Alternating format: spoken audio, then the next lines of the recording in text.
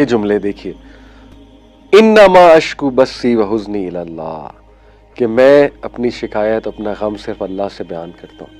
What a powerful personality, اللہ اکبر۔ دوسروں سے دیکھیے بات کر سکتے ہیں، لیکن صحیح اگر آپ کو اسٹرینتھ چاہیے تو گو ٹو اللہ، مصلی پر بیٹھیں، اللہ سے کہہ دیں سب کچھ۔ کیا بات ہے، یہی ہے ایک ایسا انسان جو کہ ایک تو بہت اللہ رب العالمین پہ توکل کرنے والا ہے، اور دوسرا بہت ہوپ ہے اسے، اللہ سے بڑی امید ہے، جیسے کہ وہ دعا بھی ہے نا، اللہم رحمتک ارجو فلا تکلنی الی نفسی طرفۃ عین، اللہم رحمتک ارجو، اے اللہ بڑا ہوپ ہے مجھے، بڑی امید ہے تیری رحمت کی۔ کتنا مان ہے اس دعا میں کہ اللہ میں بڑے مان سے آیا ہوں، میرے رب بڑا ہوپ ہے مجھے تجھ پہ، بڑی امید ہے، تو حل کر دے گا، تو مدد کرے گا میری، اے اللہ تو ہی ہے۔ تو کتنا مان ہے اس دعا میں، یہ جو نبی صلی اللہ علیہ وسلم نے دعا سے کہی کہ اللہ مجھے میرے نفس کے حوالے پہ الگ جھپکنے بھی نہ کیجیے، اللہم رحمتک ارجو فلا تکلنی الی نفسی طرفۃ عین واصلح لشأنی کلہ، اور اللہ میرے تمام کے تمام معاملات کی اصلاح فرما دے، لا الہ الا انت، آپ کے علاوہ کوئی الہ نہیں۔ بیوٹیفل۔ اور پھر اسی طرح ان کا ایک اور جملہ، جب بچوں کو کہا کہ اے میرے بچوں، اللہ کی رحمت سے تو کافر ہی مایوس ہوتا ہے، سبحان اللہ۔ کیوں کافر کہا گیا اللہ کی رحمت سے مایوس ہونے والے کو؟ کیونکہ یہ کفر ہے۔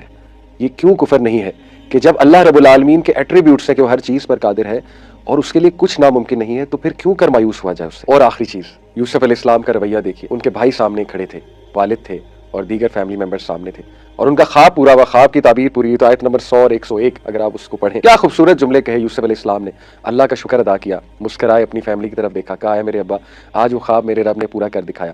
ایک ایک چیز اللہ کی طرف ڈائریکٹ کی کہ میرا رب کتنا مہربان ہے، جب میں جیل گیا مجھے جیل سے نکالا، اور جو مجھ پہ الزام لگا تو مجھے کلیئر کیا، اور اس کے بعد مجھے یہ مقام دیا، اور آج آپ سب میرے سامنے کھڑے ہیں، اور میرے اللہ نے مجھے میرے بھائیوں سے ری یونائٹ کر دیا، جبکہ میرے بھائیوں کو شیطان نے ورگلایا تھا۔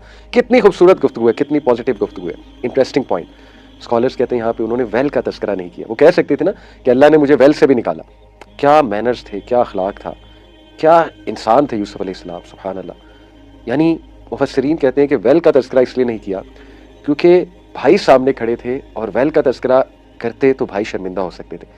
اس بات سے بچایا کہ بھائیوں کی تذلیل نہ ہو، بھائی شرمندہ نہ ہو، کیونکہ اب میں معاف کر چکا ہوں، so I should not mention something جو پاسٹ کی بات ہے، اس لیے ویل کا تذکرہ نہیں کیا۔ اللہ اکبر۔ تو کیا انسان تھے یعقوب علیہ السلام، یوسف علیہ السلام۔